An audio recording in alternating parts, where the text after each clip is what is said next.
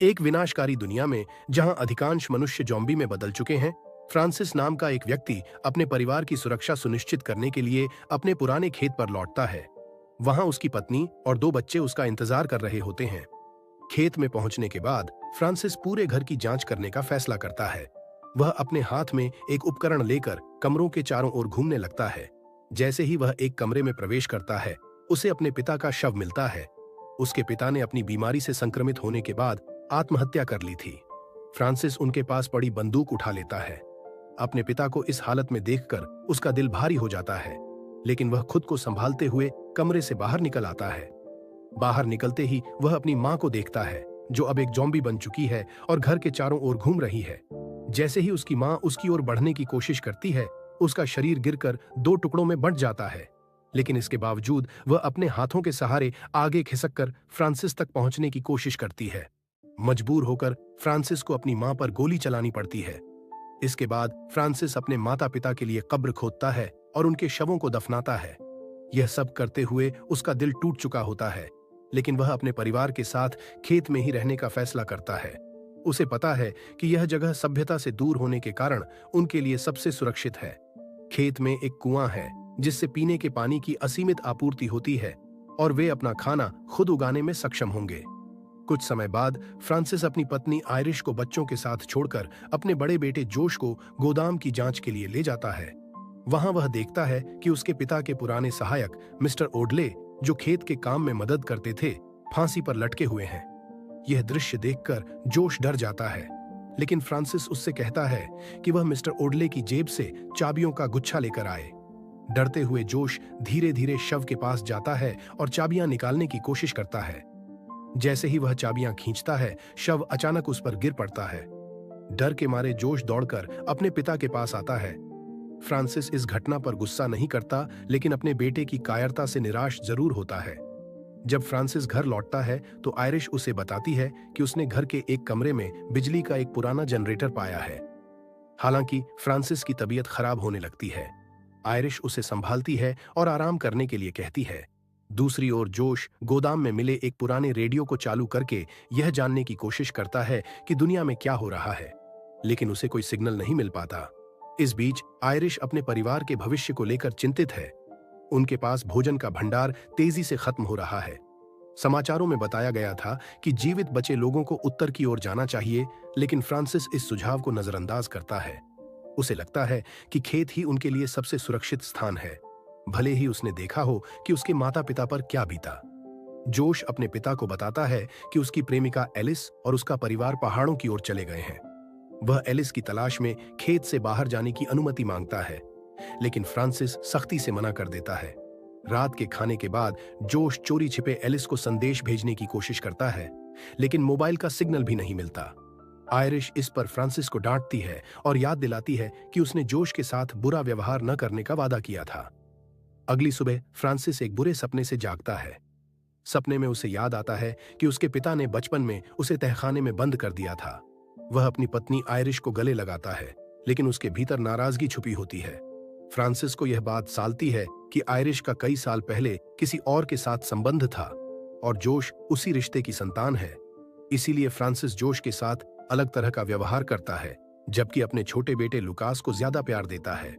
उस सुबह आयरिश आखिरकार फ्रांसिस को समझाने में सफल हो जाती है कि उन्हें खेत छोड़कर पहाड़ों की ओर जाना चाहिए। जोश भी बताता है कि उसके चाचा डिएगो ने यही सलाह दी थी। यह सुनकर फ्रांसिस गुस्से में आ जाता है, लेकिन परिवार अंततः यात्रा के लिए तैयार होता है। कुछ घंटों बाद वे एक पुल पर पहुंचते हैं जहां कई गाड़ियां खड़ी होती हैं। शाम ढल रही थी और अंधेरा छाने लगा था। फ्रांसिस खेत लौटने का सुझाव देता है, लेकिन आयरिश वैन से बाहर निकलती है और रास्ता साफ करने के लिए तार काटने लगती है। तभी एक ज़ॉम्बी सैनिक अचानक सामने आ जाता है और धीरे धीरे उसकी ओर बढ़ने लगता है। फ्रांसिस तुरंत वैन से बाहर निकलता है और आयरिश को सावधान करता है। आयरिश उसके पास दौड़ती है और फ्रांसिस उसे झुकने का आदेश देकर ज़ॉम्बी के सिर में गोली मार देता है, लेकिन यह खतरे का अंत नहीं था। एक और ज़ॉम्बी सामने आता है जिसे फ्रांसिस मार गिराता है। गोलियों की आवाज आसपास के अन्य ज़ॉम्बी को आकर्षित करती है और वे वैन के चारों ओर इकट्ठा होकर हमला करने की कोशिश करने लगते हैं। बच्चों को खतरे में देखकर फ्रांसिस ज़ॉम्बी का ध्यान भटकाने के लिए गोलियां चलाना शुरू करता है। जॉम्बी उसका पीछा करते हैं, जबकि आयरिश बच्चों को लेकर भाग निकलती है। जब फ्रांसिस की गोलियां खत्म हो जाती हैं, तो उसे एक मृत सैनिक के पास पड़ा ग्रेनेड मिल जाता है। वह कारों के ऊपर चढ़कर जॉम्बी से बचने की कोशिश करता है। अंत में वह ग्रेनेड फेंकता है, जिससे पूरी भीड़ एक ही धमाके में खत्म हो जाती है। इसके बाद फ्रांसिस अपने परिवार से मिलता है और वे सभी सुरक्षित रूप से खेत लौट आते हैं। वहां पहुंचकर वे नई चुनौतियों का सामना करने के लिए खुद को तैयार करते हैं, जानते हुए कि यह संघर्ष अभी खत्म नहीं हुआ है। 2 सप्ताह बाद फ्रांसिस पुल पर छोड़ी गई वैन को लेने लौटता है। वह देखता है कि वैन अभी भी चालू हालत में है, लेकिन वह इसे घर ले जाने के बजाय खेत पर ही सामान खींचने का फैसला करता है। जब वह वापस आता है तो एरिस से झूठ बोलता है कि वैन ने काम करना बंद कर दिया है, ताकि वह उसे खेत छोड़ने के लिए दोबारा न कहे। फ्रांसिस इसके बाद जनरेटर ठीक करता है, जिससे घर में फिर से बिजली आ जाती है। वह अपने परिवार को यह यकीन दिलाने की पूरी कोशिश करता है कि खेत पर रहना ही उनके लिए सबसे अच्छा विकल्प है। बिजली की वापसी से उत्साहित होकर वह अपने बच्चों के साथ नाचता और संगीत का आनंद लेता है। रात में फ्रांसिस अपनी शादी के दिन की रिकॉर्डिंग देखने के लिए टीवी चालू करता है, लेकिन आयरिश उसके साथ शामिल होने के बजाय अपने कमरे में चली जाती है। अगली सुबह फ्रांसिस अपनी पत्नी से बात करता है और पिछले साल उनके परिवार को हुए नुकसान के लिए माफी मांगता है। वह अपनी शादी को एक और मौका देना चाहता है और खुशहाल परिवार बनाने के लिए कुछ भी करने को तैयार है। आयरिश उसके प्रयासों को देखकर सहमत हो जाती है कि वे अपने रिश्ते को सुधारने के लिए साथ मिलकर काम करेंगे। ब्रेकफास्ट के दौरान पूरा परिवार रसोई में इकट्ठा होता है। फ्रांसिस अंडे लाने के लिए चिकन कॉप के पास जाता है, लेकिन वहां एक जंगली कुत्ते का सामना करता है। जब वह उसे भगाने की कोशिश करता है तो कुत्ता उसे काट लेता है और फिर एक चिकन लेकर भाग जाता है। आयरिश, जो एक नर्स है, उसके हाथ पर पट्टी बांधती है और उसे अस्पताल जाकर रेबीज का टीका लगवाने की सलाह देती है, लेकिन फ्रांसिस इसे नजरअंदाज कर देता है। तभी जोश की चिल्लाने की आवाज सुनाई देती है। वह रेडियो पर सिग्नल पकड़ने की कोशिश कर रहा था और उसने किसी को एक कैंप साइट का जिक्र करते हुए सुना। जोश अपने पिता से उन लोगों को खोजने की गुजारिश करता है, लेकिन फ्रांसिस उसकी बातों को अनसुना कर देता है। उसे विश्वास है कि खेत पर रहना ही सबसे सुरक्षित विकल्प है। जोश की जिद से नाराज होकर फ्रांसिस उसे गन्ने के खेत में ले जाता है और उसे आत्मरक्षा के लिए पिस्तौल से निशाना लगाना सिखाने का फैसला करता है। जब वह निशाने का अभ्यास कर रहा होता है तो बार बार चूकता है। इससे फ्रांसिस नाराज होकर चिल्लाने लगता है। डर के मारे जोश रोने लगता है और अंततः कई प्रयासों के बाद लक्ष्य को भेदता है। गोलियों की आवाज सुनकर आयरिश चिंतित हो जाती है और खेत की ओर जाती है। वह फ्रांसिस को जोश पर चिल्लाते हुए देखती है और उसे रोकने की कोशिश करती है। इसी बीच गोलियों की आवाज ने पास के जॉम्बी झुंड का ध्यान खींच लिया। जॉम्बी धीरे धीरे उनकी ओर बढ़ने लगते हैं। फ्रांसिस तुरंत अपने परिवार को घर लौटने का आदेश देता है। वे दरवाजों को मजबूत करने की कोशिश करते हैं, लेकिन जॉम्बी उनके पीछे पीछे घर में घुसने की कोशिश करते हैं। परिवार बालकनी पर छिप जाता है और आगे की योजना बनाने की कोशिश करता है, यह जानते हुए कि उनकी सुरक्षा अब और भी चुनौतीपूर्ण हो गई है। अंधेरा घिरते ही फ्रांसिस बालकनी पर जाकर बाहर का मंजर देखने का फैसला करता है। वह देखता है कि जॉम्बी दरवाजे को तोड़ने की कोशिश कर रहे हैं। उनकी संख्या और ताकत देखकर वह घबरा जाता है। तभी अचानक एक वाहन की आवाज सुनाई देती है। चालक जॉम्बी का ध्यान भटकाने के लिए लगातार हॉर्न बजाता है। जॉम्बी घर में घुसने की कोशिश छोड़कर उस वाहन का पीछा करने लगते हैं, जो तेजी से वहां से भाग जाता है। अगली सुबह फ्रांसिस बाहर जाकर रात को हुए नुकसान का जायजा लेता है। वह देखता है कि चिकन कॉप पूरी तरह से नष्ट हो चुका है और खेत से कुछ ही दूर एक नाले के पास एक कार खड़ी है। पास जाकर वह देखता है कि कार में उसका भाई डिएगो आराम कर रहा है। फ्रांसिस को एहसास होता है कि पिछली रात उनका परिवार बचाने वाला कोई और नहीं बल्कि डिएगो था। फ्रांसिस डिएगो से पूछता है कि वह यहाँ क्या कर रहा है। डिएगो बताता है कि उसकी पत्नी और बेटा जॉम्बी हमले में मारे गए हैं और वह अपने माता पिता की खबर लेने फार्म पर आया था, लेकिन यहाँ आकर उसे पता चला कि उनके माता पिता भी संक्रमित हो चुके थे। यह सुनकर फ्रांसिस का गुस्सा नहीं थमता, क्योंकि वह अभी भी अतीत में डिएगो और उसकी पत्नी के बीच हुई घटनाओं से नाराज है। डिएगो माफी मांगते हुए फ्रांसिस के साथ शांति बनाने की कोशिश करता है। वह बताता है कि उसने एक कैंप साइट के बारे में सुना है, जिसे डेल्टा शिविर कहा जाता है, जहां बचे हुए लोग शरण ले रहे हैं। डिएगो फ्रांसिस से आग्रह करता है कि वह अपने परिवार को लेकर वहां जाए, लेकिन फ्रांसिस उसकी मदद ठुकरा देता है और उसे वहां से जाने का आदेश देता है। डिएगो जाने से पहले फ्रांसिस को एक नक्शा देता है और कहता है कि अगर कभी उसकी राय बदल जाए तो वह इसका इस्तेमाल कैंप पहुंचने के लिए कर सकता है।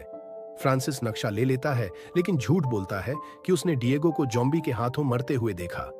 फ्रांसिस घर लौटकर खिड़कियों को लकड़ी के तख्तों से मजबूत करने का काम शुरू कर देता है, ताकि भविष्य में किसी भी हमले से बचा जा सके। इस बीच लुकास मच्छरों को भगाने की कोशिश में घर के चारों ओर घूम रहा होता है। खिड़की के पास पहुंचकर वह एक जॉम्बी को देख लेता है और डर के मारे चिल्ला उठता है। उसकी मां आयरिश उसे दिलासा देती है और समझाती है कि जॉम्बी कमजोर होते जा रहे हैं। अगर उन्हें समय पर मानव मांस नहीं मिलता तो वे धीरे धीरे खत्म हो जाएंगे। आयरिश का मानना है कि अगर वे गन्ने के खेत से होकर निकलें तो सुरक्षित बच सकते हैं, लेकिन फ्रांसिस जॉम्बी को पकड़ लेता है, जिसे लुकास ने खिड़की से देखा था, और चाकू से उसका सिर काट देता है। वह सिर उठाकर घर लाता है और अपनी पत्नी से झूठ कहता है कि जॉम्बी ने उस पर हमला किया था। सिर को देखकर जोश और लुकास डर जाते हैं और तुरंत घर के अंदर भाग जाते हैं। आयरिश फ्रांसिस को टोकती है कि वह बच्चों को इतना डरा क्यों रहा है। इस पर उसे एहसास होता है कि फ्रांसिस बच्चों को डराकर खेत छोड़ने के किसी भी विचार को खत्म करना चाहता है। फ्रांसिस अपने परिवार को नियंत्रण में रखने के लिए किसी भी हद तक जाने को तैयार है, भले ही इसके लिए उसे झूठ और डर का सहारा क्यों न लेना पड़े। अगले हफ्ते साल का अंत आते ही फ्रांसिस अपने परिवार के लिए एक खास सरप्राइज तैयार करता है। वह घर को क्रिसमस की सजावट से सजा देता है और एक क्रिसमस ट्री भी लगाता है।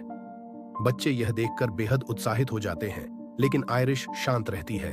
वह जानती है कि फ्रांसिस के इरादे केवल परिवार को खुश करना नहीं, बल्कि उन्हें फार्म पर ही बनाए रखने के लिए हैं। डिनर के दौरान फ्रांसिस बच्चों से पूछता है कि वे सांता क्लॉज से क्या उपहार चाहते हैं। लुकास जवाब देता है कि उसे एक साइकिल चाहिए, लेकिन जोश का जवाब सभी को चौंका देता है। वह कहता है कि वह नक्शा चाहता है जो उसके पिता ने छिपा रखा है। यह सुनकर आयरिश हैरान हो जाती है और फ्रांसिस से पूछती है कि जोश क्या कह रहा है। जोश बताता है कि उसने अपने पिता के कमरे में नक्शा देखा था, लेकिन फ्रांसिस इसे झूठ बताता है और बात पलटने की कोशिश करता है। वह आयरिश से कहता है कि वह अपने परिवार को बढ़ाना चाहता है और एक और बच्चा पैदा करने का यह सही समय है, क्योंकि वे अब घर में सुरक्षित हैं। आयरिश गुस्से से जवाब देती है कि वह इस दुनिया में जो पूरी तरह नष्ट हो चुकी है और बच्चों को जन्म नहीं देना चाहती। वह अपनी सबसे बड़ी इच्छा बताती है, फार्म छोड़ना। वह कहती है कि घर की आपूर्ति खत्म हो रही है और अब उसे बाहर जाकर अधिक सामान लाना होगा, क्योंकि वह इस तरह की जिंदगी और नहीं जी सकती। यह सुनकर फ्रांसिस को गुस्सा आता है और वह आयरिश को ब्लैकमेल करने की नई रणनीति अपनाता है। वह अपने बच्चों से कहता है कि जॉम्बी के आने से पहले आयरिश घर छोड़ने और अपने परिवार को पीछे छोड़ने की योजना बना रही थी। यह सुनकर जोश और लुकास अपनी मां से निराश हो जाते हैं। आयरिश आंसू भरी आंखों से अपने बच्चों को समझाने की कोशिश करती है।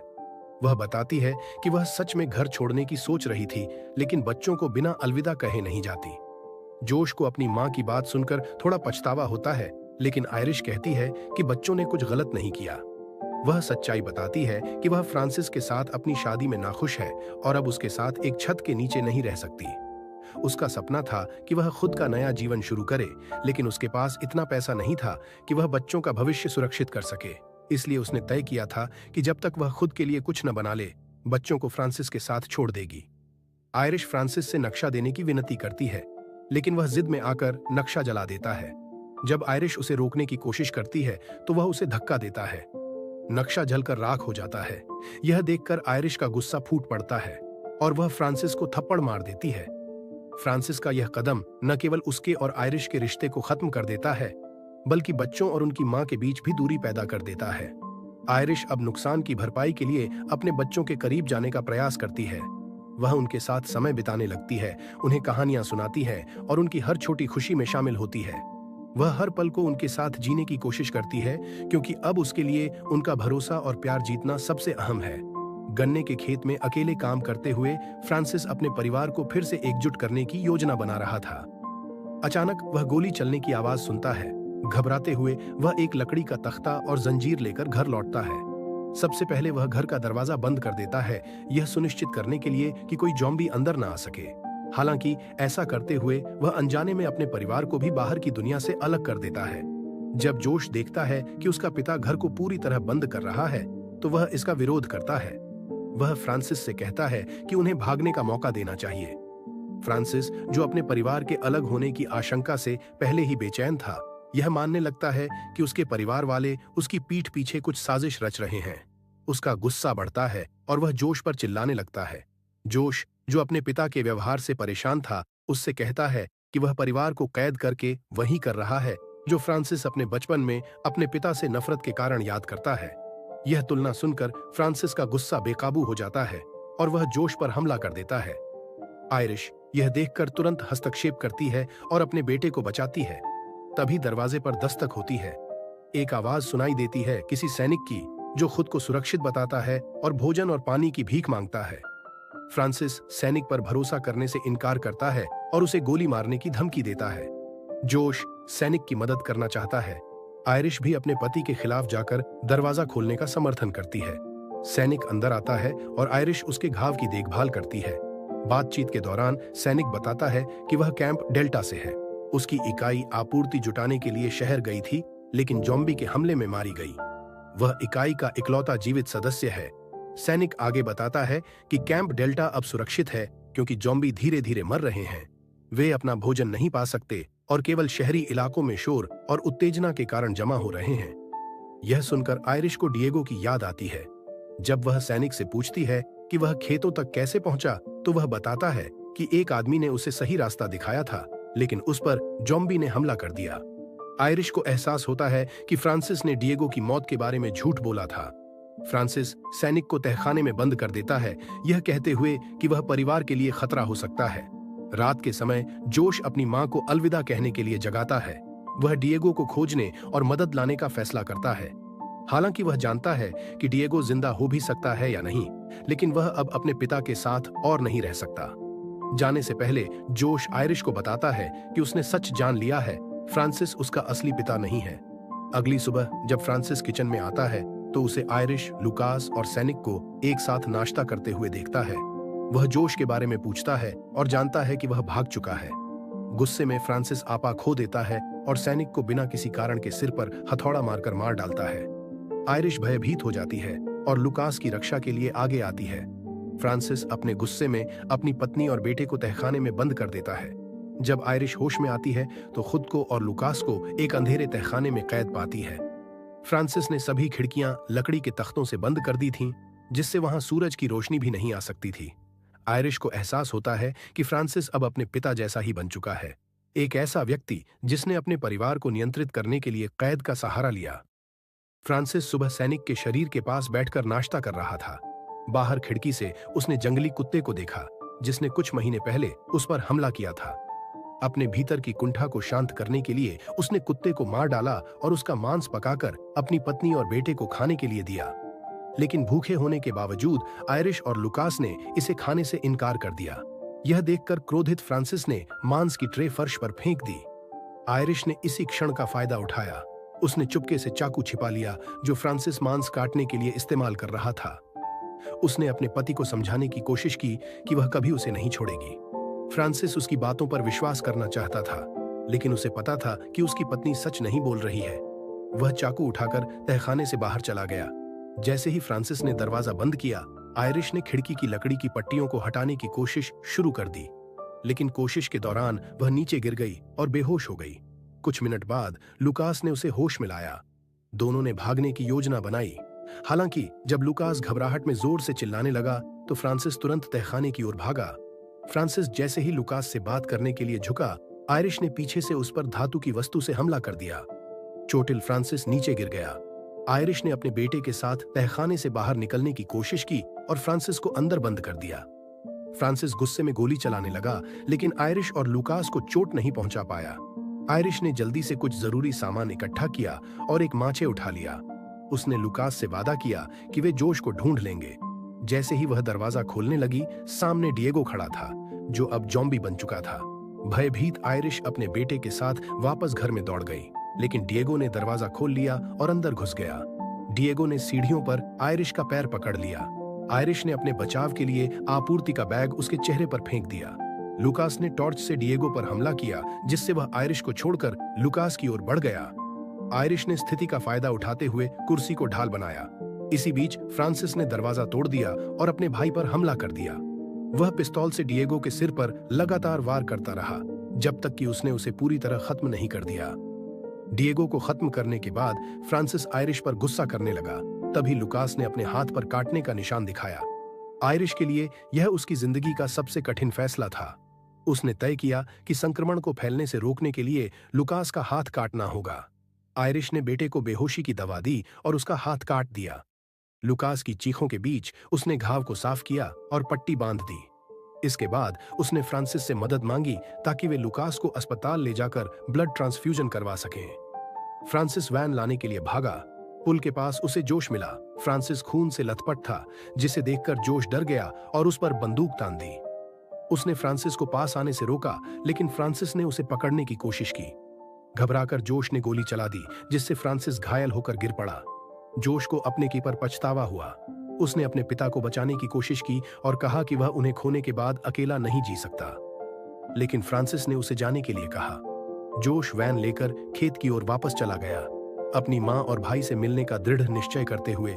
कहानी यहीं समाप्त होती है, जोश, आयरिश और लुकास की अनिश्चित यात्रा की उम्मीदों के साथ। तो दोस्तों, चैनल पर नए हैं तो सब्सक्राइब करना मत भूलना, और कहानी पसंद आए तो लाइक कर देना और एक प्यारा सा कमेंट भी कर देना। धन्यवाद।